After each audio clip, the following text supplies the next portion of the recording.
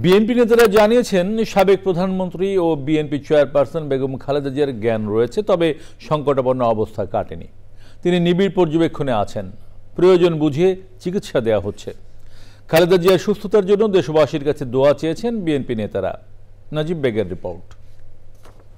গত রোববার শ্বাসকষ্ট দেখা দিলে দ্রুত রাজধানীর এভারকেয়ার হাসপাতালে নেওয়া হয় সাবেক প্রধানমন্ত্রী ও বিএনপি চেয়ারপারসন খালেদা জিয়াকে।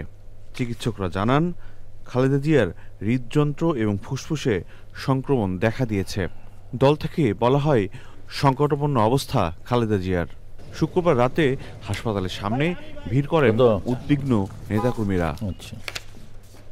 বেগম জিয়ার খোঁজ নিতে আসেন আইন উপদেষ্টা আসিফ নজরুল।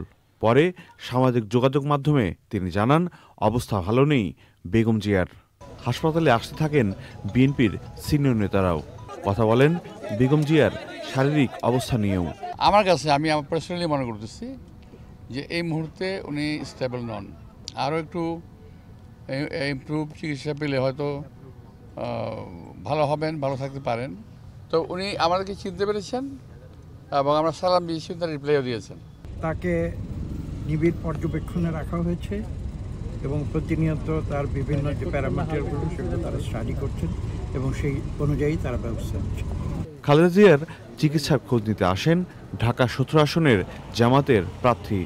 মহান রব্বুল আলামিন বাংলাদেশের স্বাধীনতা, সার্বভৌমত্ব এবং বাংলাদেশের সার্বিক স্থিতিশীলতার জন্য তার সুস্থতা অনেক জরুরি আমরা মনে করি। প্রায় 80 বছর বয়সী খালেদা জিয়া দীর্ঘদিন ধরে হৃদরোগ, ডায়াবেটিস, লিভার সিরোসিস, কিডনির মতো নানা শারীরিক অসুস্থতায় ভুগছেন। উন্নত চিকিৎসার জন্য গত 7 জানুয়ারি লন্ডনে গিয়ে দেশে ফেরেন 6 মে।